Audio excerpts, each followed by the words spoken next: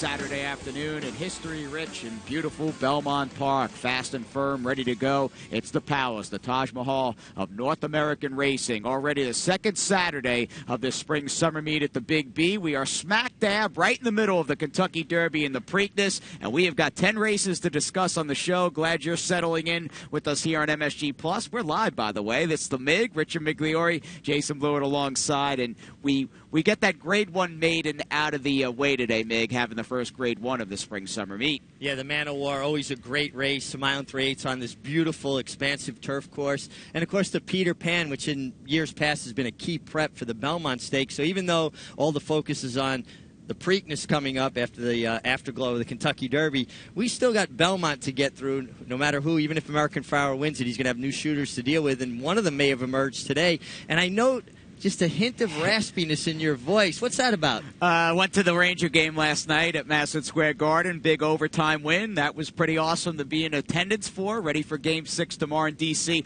I tried to keep the screaming down, but between Kreider and McDonough, you just can't control those things. I don't know how you were able to do that, because even from home, I got a little raspiness going on, too, and I wasn't in that garden atmosphere. You scared the dogs and the wife last night, didn't you? Yeah. All right, we got to start the show with a little Preakness chatter here on this Saturday, May the 9th. And, of course, we get down to talking about Preakness number 140 and Danzig Mood for Mark Casse, who outran his odds, overachieved, and he'll be going to the second jewel of the Triple Crown. Yeah, I was a little surprised by this move, to be completely honest. I mean, he's a Canadian-bred horse. He's got to be the overwhelming early line favorite for the Queen's Plate, and you just wonder if these kind of races are going to take some starch out of him for their premier race, being the Queen's Plate. Fair enough. He'll fly to Baltimore along with the contingent that remains at Churchill Downs, including the Derby winner on Wednesday. And here's Divining Rod, unraced since the Coolmore Lexington, and he's a son of Tappan, who's pretty good. Yeah, and I think if anybody out of the new shooters is going to be dangerous, it's going to be Divining Rod. I thought his Lexington was a big step forward. He was a horse that showed a different dimension, basically settling a little better under Julian Leparoux, who will not be his rider. He's sticking with Danzig Mood. It's going to be interesting to see who lands on Divining Rod. Over the last 15 years, just 3 new shooters have won the Preakness: Red Bullet, Bernardini, and Rachel Alexandra. That has not been an easy sort of winning you're in, if you will, in the second leg of the Triple Crown. No, not at all. But you brought up Red Bullet, and you think about Fusaichi Pegasus Derby. It was hard-pressed to see anybody beating him in the Preakness, and obviously it can be done. So American Pharaoh wasn't overwhelmingly impressive in the Derby. He was very hard-ridden. Much has been made of that over the last few days. Will that race make him regress, or will it actually make him grow it up even more, become a man, and say, okay, I can actually do this? So many plot lines on display going into that second jewel of the Triple Crown, Preakness 140. We'll have our preview on the National Racing Report, but let's keep it with the 3-year-olds and Triple Crown talk, and a potential starter or two for the Test of the Champion, the Belmont Stakes. We get it on to our co-featured third race today, the Peter Pan, a short field, little Big A fog on this overcast Saturday at Belmont Park. And here's Larry Colmus down the backside. Rocket's got early speed, too, and then it's 2 weeks off between those two, and these 3 shoot out to the front. And Made from Lucky will be fourth early on, 4 lengths off the lead. Late running Conquest Curlinate lingering at the back of the field, 7 lengths off of 2 weeks off, who has grabbed the early lead. 2 weeks off, now taken on by Wolfman Rocket on the inside, and they went 23 and 2 for the quarter, and Wolfman Rocket and Irad Ortiz Jr. go on with it. And they lead the way 3/4 of a length. John Velasquez has 2 weeks off, just off the pace setter in second. Tiz Shady is third.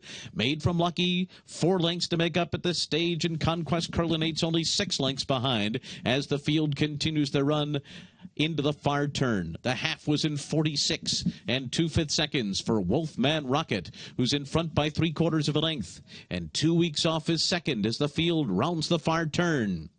And then comes Tiz Shady in third. Made from Lucky is being asked for more speed, and Conquest Curlinate is 5 lengths behind as the field rounds the turn. Wolfman Rocket is the leader. 2 weeks off is second. Tis Shady. Made from Lucky on the outside, and Conquest Curlinate. 3/4 went in 1:10-1, and they're coming to the top of the stretch. Wolfman Rocket and 2 weeks off turn for home together. 2 weeks off's under a hand ride here, but here comes Made from Lucky on the outside with a burst of speed. Made from Lucky's taking the lead, and 2 weeks off is given way. Conquest Curlinate is gaining ground on the far outside. Made from Lucky's got it close to home. Made from Lucky has won the Peter Pan.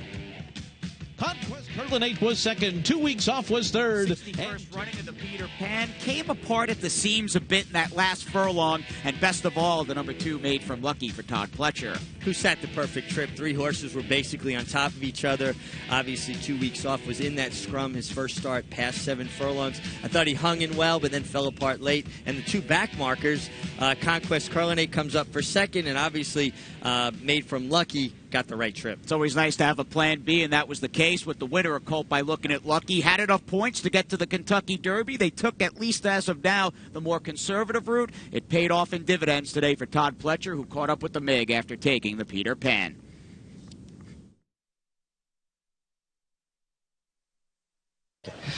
Todd, Made from Lucky, really relaxed well behind the other horses and seemed to make a good run and finished like the Belmont Stakes would be within his scope. Is that the plan? Well, that's one thing we've always talked about, is we felt like the horse would handle the 1.5 miles, and we worked him at Churchill, and honestly, he didn't seem to like the track that much. So even though he qualified on points, we decided let's pass that, take him to Belmont. I think he'll appreciate the track here, which he did. So it was perfect prep. He has quite a bit more foundation, or more racing, I should say, seasoning than 2 weeks off, who hung in there pretty well until inside the 8th pole. He did, you know, and Johnny said he was just a little bit fresh the first part, pulled him a little more than he wanted. The fractions were very solid. It's only his second start of the year, so we were a little concerned about going all the way to the 1 1/8 and hoping that he could settle and get it, but should help him moving forward. And as far as the Preakness Stakes, are you going to be represented there with anybody? We're still finding that out. You know, things are going well with a few of them. I'd say we'll know by Monday. Congratulations. Thanks. Third career victory in the Peter Pan for Todd Pletcher, as Made from Lucky now joins Sun River and Purge in that stable. And Todd may have more of a grinding sort of plotter on his hands in this horse, who going 1.5 miles, maybe he'll like that here on June 6th. I like what I saw from him, particularly talking about 1.5 miles. I like the way he moves. He actually moves quite a bit like his father, looking at Lucky. But I think the race over the track and the Peter Pan has shown in the past as a race that's important. I mean, Tonalist did it last year. Can he be the spoiler this year? It'll be interesting. We'll see. And what will Todd do with his Kentucky Derby duo, that is, of Carpe Diem and Materiality. Both those horses galloped today at beautiful Belmont Park. We get on to the Ruffian now. Fillies and Mares, a stakes with a lot of history that's bounced all over the stakes calendar here at Belmont. It is now run on the second Saturday of the spring meet, and we'll send it back up to Larry Colmus. They're off in the Ruffian. And Via Strata goes out to the early lead. Shea Jolie is away running in second position. Right alongside is Princess Violet, who came out running in third. Wedding Toast fourth on the far outside. House Rules taken in hand behind them to sit fifth. And 4 lengths off the lead up the backstretch. Marq is 8 lengths behind Via Strata, who leads the way in the run up the backstretch. Via Strata by 1.5 lengths ran a 23-2 first quarter mile. Princess Violet is second on the outside. At the rails, Shea Jolie follows in third. Wedding Toast is fourth. House Rules fifth, and racing in behind horses. Now 3 lengths off of Via Strata and 5 lengths ahead of Marq. And now they race for the far turn. And Via Strata continues to lead the way by 3/4 length. Princess Violet on the outside is second through a 46 2/2 mile. Wedding Toast is circling up on the far outside. Shea Jolie, House Rules is close, and still far behind is Marq. And it is still Via Strata, but Princess Violet draws up alongside. And these two are going to turn for home together. And Wedding Toast comes wide. House Rules is right behind horses in fourth, and they're into the stretch. And now it is Wedding Toast and Princess Violet. Via Strata's given way. House Rules is on the far outside. Shea Jolie is next, but it's Wedding Toast. Wedding Toast and Jose Lescano are pulling away. Wedding Toast, very impressive in the Ruffian. It was Princess Violet second, and then a photo between House Rules and Shea Jolie. Back to Belmont and back on her best. Wedding toast to Mig had only started once in 2014. A loss against Princess of Sylmar. Had knee surgery, but Kieran McLaughlin had her breathing fire today. She was really good in the Ruffian. Well, you know these horses coming out of Godolphin and with Kieran McLaughlin at the helm, they're not going to bring a horse back off of surgery unless that horse is 120%. They're worth too much as broodmares. Obviously, this adds strongly to her resume. And what a perfect use of an entry with Via Strada making the pace, her lurking in behind the pace. Princess Violet hung on gamely, but Wedding Toast was very good on the day. I think an afternoon of racing today at Belmont with implications going forward on that Belmont Stakes Festival. We'll see the Beaugay in a bit. That may have some implications on the Just a Game. We talked about the Peter Pan and, of course, Made from Lucky potentially in the Belmont Stakes. And you'd have to think with Wedding Toast, the connections will take a long, hard look at that $1 million odds and Phipps. Well, she ran a mile in 1:34 and change. She certainly shows an affinity for Belmont Park, and she's good right now. You'd have to think that's the next logical step. Month out from that Belmont Stakes card. Tickets still available, BelmontStakes.com. We've got a lot more to cover. In fact, our opening grade 1 of the meet, and we battle on the turf here at Belmont Park.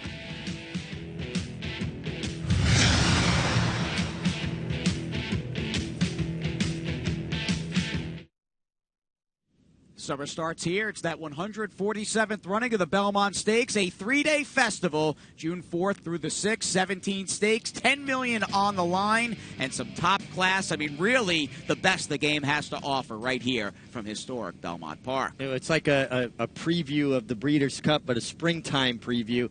Just an absolutely great day, or great weekend of racing, I should say. And not only do we have great racing and potentially, you know, if American Power gets through the Preakness horse going for the Triple Crown, we got the Goo Goo Dolls after the last race. I'm pretty excited about that. You should be. It'll be a fun day. We hope you'll join us. Make your plans. Get Mom out here tomorrow as well for Mother's Day. We'll have the buffet up in the Garden Terrace. A lot planned for the kids with the family fun day activities, and it's a big weekend here at Belmont Park. So happy to be here, and I know you are too, as we can get on to the Beaugay now. Larry Colmus with the call. Good group of fillies and mares, and in a racing rarity, all 7 trainers competing have won this race at least one time, and let's see what happened. Off in the Beaugay. And a good start by Radiator. Recepta also out well. There goes Discreet Marq on the far outside, and Photo Call is away running in 4th. Jay Wonder 5th down on the inside. Then it's Testarossi and Caroline Thomas is last, as Discreet Marq has captured the early lead and moves on to the backstretch, leading the way by a length and a half. And then a hard-held Radiator outside of Jay Wonder, who's down toward the rail. After that comes Recepta in 4th as they continue their move up the backstretch. The opening quarter mile was extremely slow. 26 seconds flat for Discreet Marq. Going along at an easy pace here in front by a length. Radiator, Jay Wonder on the inside. On the outside, Recepta is 4th by a length. Then comes Testarossi, followed by Photo Call, and Caroline Thomas is only 6 lengths off the lead, which has been held by Discreet Marq so far. And Radiator continues under stout restraint in 2nd through a 50 and 4/2 mile. And then comes Recepta, 3rd to the outside. Jay Wonder is down at the rail, 3 lengths off the lead. Photo Call, Testarossi, and Caroline Thomas. And now Discreet Marq quickens on the far turn. Everything's gone her way so far. Her lead is widening now. It's up to a 3-length advantage. Joel Rosario still waiting to pounce, though, with Radiator. After 3 quarters in 1:13 and 4, they're into the stretch. Discreet Marq by 2.5. Radiator now set down. Jay Wonder down on the inside, trying to finish fast as Photo Call on the far outside. Then it's Recepta. They're all chasing Discreet Marq. Here's Jay Wonder. Here's Photo Call on the outside. Recepta between horses. Here's the wire. Discreet Marq holds on over Photo Call. And then it was Recepta and Jay Wonder. What a mare. Look at this gray New York bred, daughter of Discreet Cat. On the lead, we get the tactical advantage, but she was just terrific in her 5-year-old debut. Just tremendous and conditioned to the moment by a masterful horseman, Christophe Clement. My kudos to Moigler Stud, bringing her back. She's lightened up so much from when she was younger, and you see the gray horses do that. But if they were going to take a front-running ride and use it as a video for young jockeys to learn from, this is the race they should watch. Johnny Blasser's got a half and almost 51. And then instead of holding her up until everybody's on top of you, like you see a lot of guys do, and constantly taking that advantage away that they've already gotten, he started letting her march on, and she put together about a 46-1 half mile there because he didn't wait till horses were on top of him. That was the way to ride a horse that's in front. And a full head of steam off the far turn, and she took down a good field today. This was not a case of Discreet Marq coming back in the Beaugay, and it's not a grade 1, it's a grade 3 in fact, and running against 3 or 4 horses that were completely overmatched. She caught a solid field, and everybody in here had recency over her. Absolutely, but you don't worry about that when Christophe Clement's the conditioner. He knows how to get them ready, and you know what? She'll go forward off of this. I think we're going to see the best of Discreet Marq at 5, and it's nice to see horses run to that age because she's got a fan base. People were talking about her around the rail saying, oh, Discreet Marq, and they were commenting on how much grayer she's gotten or how much lighter she's gotten. Right now, the grade 1 just a game on Belmont Stakes Day. I've got to think they've got that circled with a mare that was purchased last November for over $2 million as a broodmare racing prospect. We've got a bunch of millionaires in the gate. Coming up next, it is the Grade 1 Man of War. Larry Comas with the call, and we will send it up on the inner turf. And War Dancer comes out running on the lead. War Dancer to the front, Twilight Eclipse in second, and being taken back are Hyper and Imagining on the inside. Hardest Core is next, and Dynamic Sky is at the rear of the field, and he's 5.5 lengths off of dueling leaders War Dancer and Twilight Eclipse, who lead past the stands for the first time. War Dancer is the leader by a neck. Twilight Eclipse on the outside second. Hardest Core follows in third. Hyper is down at the rail in fourth, 2.5 lengths off the lead after a 24-4 opening quarter mile. Dynamic Sky is alongside of Imagining, who is now at the rear of the field. Imagining is 6 lengths off the lead as they race on the clubhouse turn, and War Dancer and Jose Lezcano are making the pace. Twilight Eclipse a length and a half behind, running in second. Hyper third to the inside of Hardest Core. Dynamic Sky is fifth, and Imagining will have to come from last if he's going to win the Man of War again. He's 5 lengths off the lead after an easy half mile in 50 3/5 seconds. Up the backstretch here, and it is War Dancer 3/4 of a length ahead of Twilight Eclipse. And now Javier Castellano's going to bring him a bit closer and quicken the pace up the backstretch. Then it's Hyper, Hardest Core to the outside. Imagining is out of last. He's down on the inside. And Arad Ortiz Jr. riding him confidently. 4 lengths off the lead at this stage of the race. Dynamic Sky is the trailer. It's been War Dancer since the gates opened. He went 3/4 in 1:15-2. And War Dancer leads the field into the far turn by a neck. Twilight Eclipse pursuing him the whole way, second on the outside. And then it's Hyper, Hardest Core, and Imagining between those two, and Dynamic Sky. Around the far turn, it is still War Dancer. It's been War Dancer all the way so far. Twilight Eclipse draws up alongside of him, and Imagining swings up on the outside. Hyper is down toward the rail, and they're into the final furlong, and it is still War Dancer, and he's holding on to the lead. Twilight Eclipse draws even. These two come into the final 16th. War Dancer inside, Twilight Eclipse on the outside. They bob heads to the wire, and Twilight Eclipse has won the Man of War. War Dancer was second, Hyper was third, and Dynamic Sky was fourth. 11 tries in Grade 1 company, 3 years after kicking off his racing career at Indiana Downs. Well, our old friend Twilight Eclipse finally gets that Grade 1 victory in the Man of War. I got a big kick out of seeing the whole West Point contingent just absolutely enjoy this victory, and it was a long time coming. Twilight Eclipse has come so close so many times, and it's nice to see him get the Grade 1. Here's a horse that puts it out there every time, and it was just fun watching their reaction. No matter what facet you look at, he represents everything great about the game, from the large contingent of people that were waiting and applauding as he came up victory lane, to the fact that he's got a modest pedigree and he's still going strong as a gelding. We're big fans of Twilight Eclipse, and the man that conditions him, Tom Albertrani, is with the MIG after today's stake.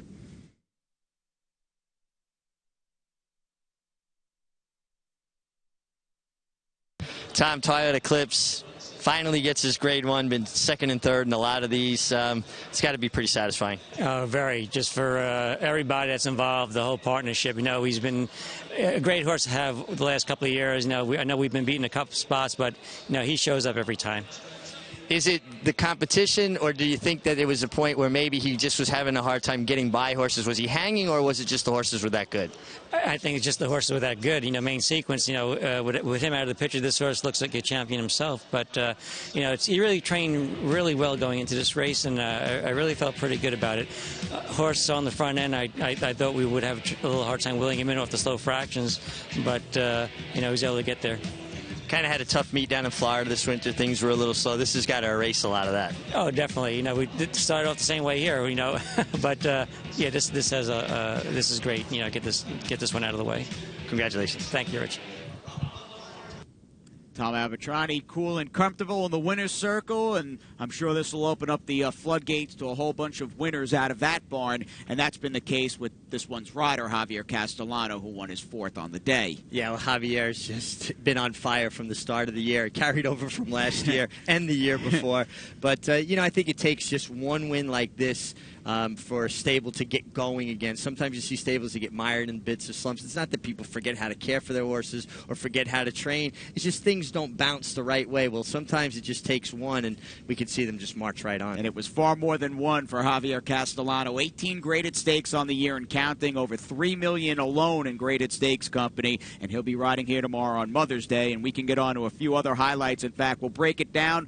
Rapid fire pick 3, 6, 8, and 10 as we go back up to Larry Comas. Logistics has taken the lead from Super Nicky as they come to the top of the stretch. Bajan Summer is now 3rd and moving on the outside. And then it's Cleveland, Sound, and Channel on the far outside. They're into the stretch. And Run for Logistics is running for the wire and running away. Run for Logistics by 5 in mid-stretch. And then it's Channel on the outside, followed by Bajan Summer. Late run from Pep the Champ into 2nd behind Run for Logistics, who won it by 4. And then it was Pep the Champ 2nd, followed by Channel and Bajan Summer. And turns for home with Global Positioning moving up alongside. Win Coma in front by a length and a half. Global Positioning on the outside. They're well clear of Dean Verdile. And then comes Rectify and Sidearm. And as they come past the 16th pole, Win Coma has put away Global Positioning. And Win Coma and Javier Castellano win it by almost 3. Global Positioning 2nd, Sidearm was 3rd, and Rectify was 4th. And Osbod is down toward the rail. These two have been going at it all the way. And to the outside of them, Britannia's Moat trying to close in. Center of the course, 'tis time to shake. And way on the outside, here comes Rock Eagle trying to make a late bid along with Vea. These two are charging down the center of the track. Here comes Rock Eagle. Rock Eagle on the far outside. Rock Eagle up and after the lead. And Rock Eagle and Rajiv Mirage will do it. It's going to be 'Tis Time to Shake 2nd, then Vea and Lone Trainer. Study up with Mom for that Mother's Day pick 6 carryover. Nobody alive going into the last, 33,000 plus, and a Sunday's card, just 9 races. We'll have the preview of the Diablo jockey standings. Big 2nd Saturday's down. We've had 9 cards here completed at Belmont Park, and we can take a look at a couple of guys who are battling away towards the top with 10 victories. Well, Irad Ortiz, Cornelio Velasquez, both riding well with 10, but do you think they're hearing the theme music from Jaws? Dun, dun, dun, dun, dun, dun, as Javier Castellano closes in. It's going to be pretty interesting. Long meet, but we got a lot of good riders here. We do have a lot of good riders, but a future Hall of Famer, first ballot Hall of Famer, sitting 2nd with 9 wins. And there you go, Chad Brown, the former Bobby Frankel protege, with 9 victories, and his horses continue to run outstanding. Yeah, I mean, I think he was shut out today, which is like actually a rarity. Yep. I mean, he's just been on fire, and don't expect to see Chad not too far away from the winner's circle anyway. Any claims? Let's check them out. We had Cup of Joe, claimed off Brian Lynch in the 2nd, an overpowering win at 4-5 by Nick Essler, and Swell, who's had a tendency to be a bad actor, picked up by Michelle Nevin. Yeah, interesting claims there. Cup of Joe I thought was pretty impressive. It'll be interesting to see if Michelle's able to get Swell to act swell. I like that. 3 turf claims on today's program, and we don't have a turf stake tomorrow, but we do have Palace Malice, Palace, and Clearly Now knocking heads in the Met Mile prep.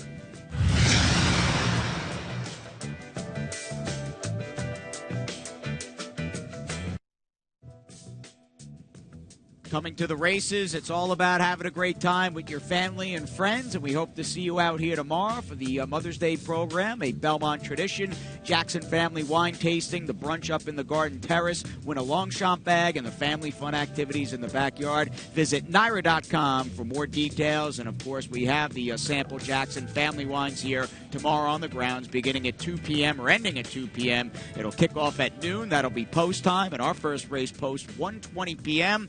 Running out of time here on the broadcast. We're nearing the 16th pole. It's the MIG, it's Jason, and you'll be here, right, on Mother's Day tomorrow? Well, they got two of my favorite things going on, wine and horse racing. I mean, that's right up my alley. Do you think there'll be a lot of mothers tonight going over the pick six because of the carryover? I do. Yeah, I got a feeling. I'll be calling my mom down in Florida. Get her picks? Absolutely. She loves John Velasquez and the Grays. Okay. Let's move on to race number 8 as far as the preview. Sunday's 8th race. We run 9 tomorrow. And, look, a Belmont and a Metropolitan winner comes back in his 5-year-old debut, Palace Malice. Yes, we're seeing him win going a mile and a half, twice the distance of tomorrow's race. He's never run the 6 furlong distance. That's the question, but he's going to be fresh. You know he's talented, and maybe off the layoff he can fire fresh, but I think more importantly, he's going to get a good run in him to set him up for the Met Mile. Right, scratched out of the Westchester here on Derby Day. Good to have Palace Malice back. And how about Palace, a New York-bred champion, multiple Grade 1 winner, and he'll look to improve off the Carter. Yeah, and obviously very proficient at the distance, very proficient at Belmont Park. He's never been off the board here.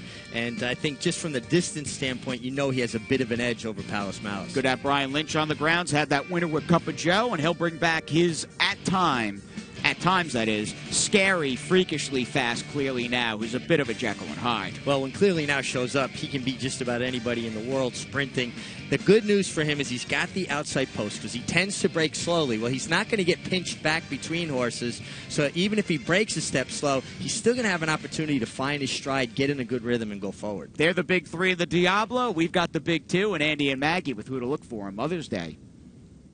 Thanks a lot, guys. I'm looking at the second race, 7 furlongs on the turf on Sunday's card. Joe Sharp has come to town. I think he's won with 2 of his 3 starters. And he's got a very interesting horse that he's taken over the training of in the second race named Looking Cool. And the surface of things, it appears this is a dirt horse. But looking at the turf races that Looking Cool has run, 3 of them were on yielding courses. Of the 2 that weren't, one of them was an effort that will easily beat this field. Now, that was about 2 years ago. But you know what? This is a Sharp trainer. And he's putting this horse in the right spot. There's so many question marks in this race. Posted towards the outside because the 12 Looking Cool can be no farther than out post 7 because there are 5 MTOs in here. I think Looking Cool should be a fair enough price and might have found the sneaky right spot in the second race on Sunday. Sandy Vault for today's Paddock Insider. We'll check in with the stake race on tomorrow's card. That is Sunday, and it's the Diablo. And while we have some celebrities returning in that race, such as Palace Malice and Palace, it's also an interesting matchup with horses that are kind of gritty old claimers. But one that I've always had my heart set on is number 7, Clearly Now, as he returns to Belmont, a place where he was very impressive in taking the Belmont Sprint last year. I mean, a sub 127 furlongs. There's something to be said about that. Now, he's always a horse who has trouble getting out of the gate, but I'm under that theory and impression that last one in typically means first one out, and he'll get to do that tomorrow. He made an excellent impression on me back for the Carter. He did no running in that race, but I hope that Brian Lynch, who had a winner on today's card, has got him back to his A game. So I'm going to take Clearly Now in tomorrow's Diablo for your Paddock Insider. Guys, back to you.